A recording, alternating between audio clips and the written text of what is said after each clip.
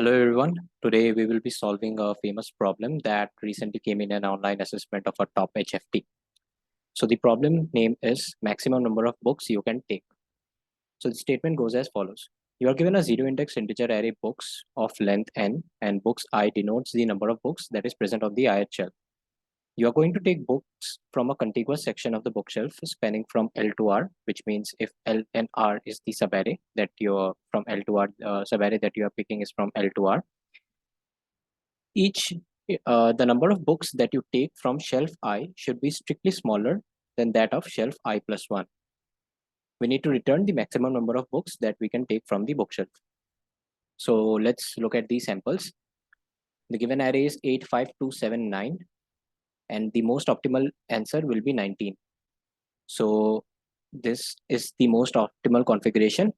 If we take 9 books from bookshelf 4, then 7 from third index, 2 from second index, and 1 from first index, which sums up to 19. Similarly, in example 2, we take 5 books from shelf 4, 4 books from shelf 3, and 3 books from shelf 2. So this is the most optimal subarray, and it sums up to 12. So the answer will be 12. One major observation that we need to have before solving this problem is, if we are picking a subarray that starts from index L and ends at index R, then it's always optimal to take all the books that are present at index R, that is the last index. Why is this so? Because if let's say we take at index, let's say last index, that is V of R is 15, and you end up taking 13 from this ending index. Now, given the condition that each index I should have, the number of books that we take from each index I should be strictly smaller than the number of books that we take from index I plus 1. That means in the previous index, I should have taken either 12 or lesser, maybe 12, maybe 11, but not more. So the number of books that we take from the last element, last index, restricts our answer. We cannot take, let's say the array was something like 11, then 13, then 20. Say if we take 15 from the last index, and what we do is we take 11, we take 13, and we take 15. This is a valid subarray that we can take. Each index I has strictly smaller number of books than that of I plus 1, but this makes our answer smaller, not better. So it's always optimal we take the last element as it is and then configure our answer for the previous indices. That being said, now what approaches can we figure out for this problem? One brute force approach will be, for each index I,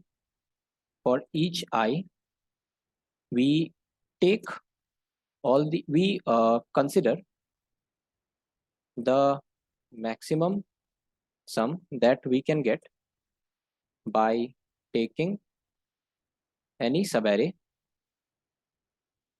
that ends at index I. So we can do this in an n-square fashion. We fix the ending index, and we get a value that the next greater value would be V of I, and for each I for each j from I minus 1 up till 0, we try to take current value will be minimum of the present j, and what we can take greater value minus 1.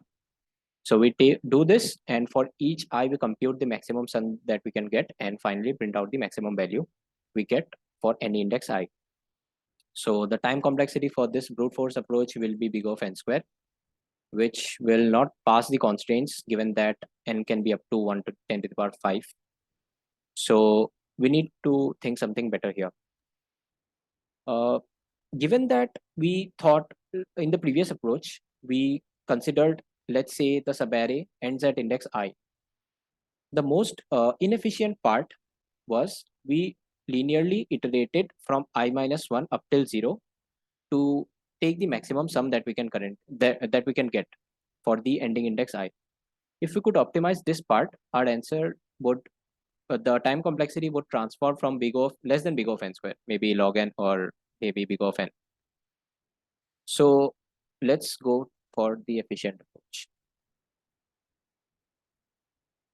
Efficient approach. So one major observation is, say we take a sequence like maybe 5, 6, 7, 8, 9. Then initially I have 1 and 2. Here you can observe that this satisfies the condition of each book of the number of the value that is present at index I strictly less than the value that is present at index I plus 1. So this satisfies this condition. If we carefully look at this subarray, that is 5, 6, 7, 8, 9, it is nothing but 9 minus 4, 9 minus 3, 9 minus 2, 9 minus 1, and 9 minus 1 and 9 minus 0. Let's say the index of 9 was I, then any value it's 9 minus I minus 1. Sorry, it would be 9 minus j for any value that is 9 minus j.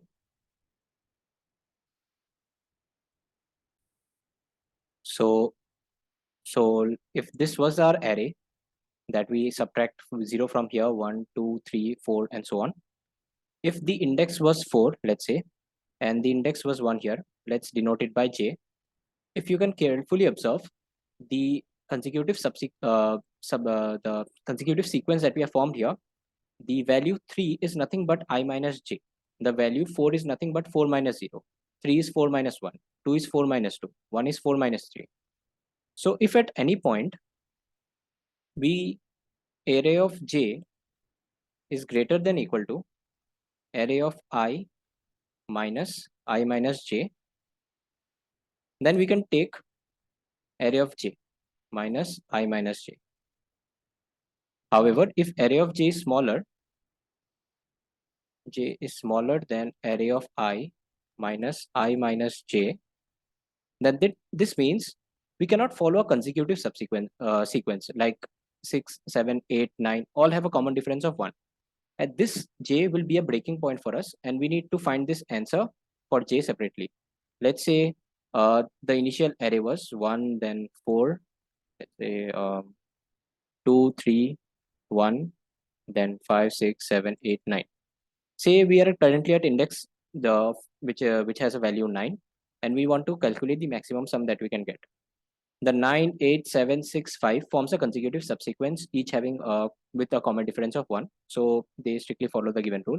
However, as soon as we encounter a 1 here, what we wanted to take to form a consecutive sequence was 4. But we get a 1 here. That means we cannot continue further. This means 1 imposes a restriction for us. So this is the length of the consecutive sequence that we can take.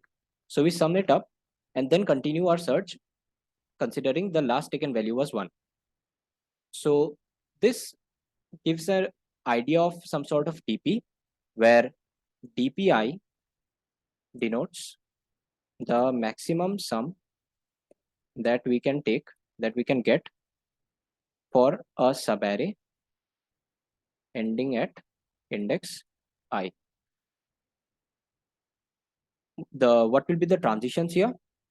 First of all, to do this efficiently by not linearly iterating on the previous indices, what we can do is we can check for which index we get the violating condition, that is ARR of j is less than ARR of I minus j. We need to find the first j less than I, that is the largest j which is less than index I, following this condition. So if we can simplify this equation, we see that ARR of j minus j is less than ARR of I minus I. If we replace, if we compute a difference value of the whole array, where diff of I, which means ARR of I minus I. Then this replaces to diff of j should be less than diff of I. This is nothing but for each index I, we need to, for difference I, diff I array, we need to find the previous smaller element. This is the standard problem which can be solved using stack. So now the problem becomes simpler. For each ending index I, we find the previous smaller element, get previous smaller. And once we get that, it means that from previous smaller I plus smaller plus 1 up till index I, this subarray can be a consecutive subarray having values I minus 1, I minus 2 up till previous smaller. This forms an AP with a common difference of 1, and we can get the sum of this AP using in constant time using the formula of, if there is a formula in arithmetic progression, like if the AP sequence has first value as first and last value, and it has in total of n elements, then it's nothing but first value plus last value into n whole divided by 2. So we can get this sum in constant time, and then we can in turn check what was the maximum sum that we could have got having the ending index as previous smaller, and we add this to our sum dp of I. This will be our transition. So let's dive into the code and let's try to run this. So here we first take the size of the books array, and then we compute the difference array that we discussed. And for each I from 1 up till n, difference of I will be b of I minus I. Also, we need the left smaller, and we initialize it with -1 if a particular element does not have a right smaller index. Then what we do is we need a vector of pair. Basically, I'm implementing a stack using a vector, so it would do the same thing. So for each index I from 1 up till n, while the stack is not empty, and the stack dot back dot first, basically the stack stores the value and the index, the value of difference value.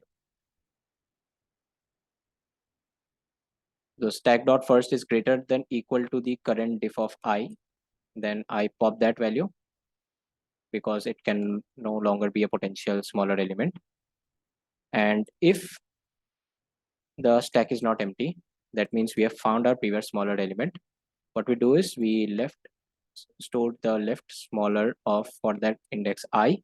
It will be stack dot back dot second, and we push the current diff element and its index. Now we also need a DP. So DPI stores maximum sum that we can get for a subarray ending at index I. The base case is DP0 will be the books of 0 because we take only one element, so we don't have any restriction. For each subsequent index, we take the previous smaller element. What was the previous smaller element? It will be left smaller of I. If previous smaller is not equal to -1, it means that we have a smaller index. So what would be the count of elements that are to its right, the consecutive elements? So long elements to the right will be nothing but I minus previous smaller. And what would be the first value? It would be the current books value I minus elements to the right plus 1, because we are taking the entire books value of for the index I, that means books of I minus 0, so it will be plus 1. So the sum for the consecutive AP of common difference 1 will be first value plus books of I into elements to the right divided by 2. And we also can typecast this to long so that we don't get an overflow. And DPI will be sum plus, it could be maximum of sum comma sum plus DP of previous smaller. In case we don't find a smaller element, that means we could take the entire sequence from the beginning up till index I. So we take elements to the right will be minimum of I plus I plus 1 comma books of I. And similarly we do the same thing for first value, and we take the same thing for the sum as well. So let's copy this.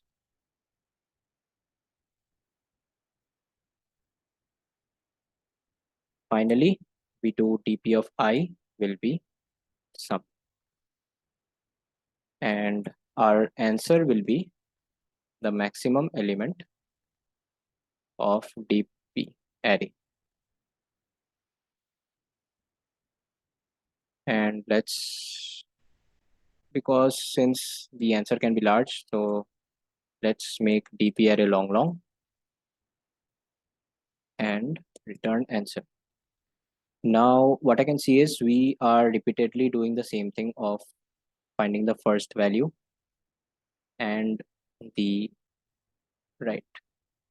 Okay, but that's not an issue, so we could do this. Let's try to run this problem, run this code. And okay, there's a typo here, books dot size, run it. Oh, okay, again books of I minus I.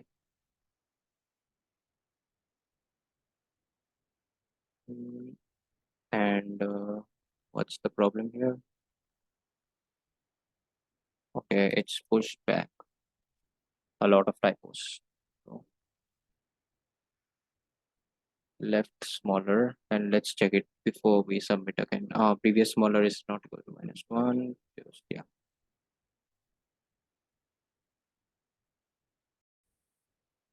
So we have ensured that there is no typo. So let's try running this again. Okay, passes. Let's submit it. Accept it.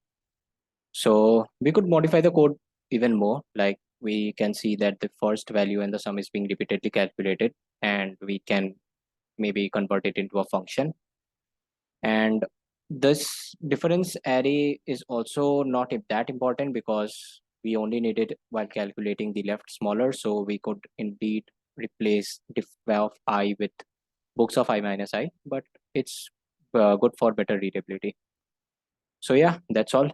We'll hope you like the video. So see you next time.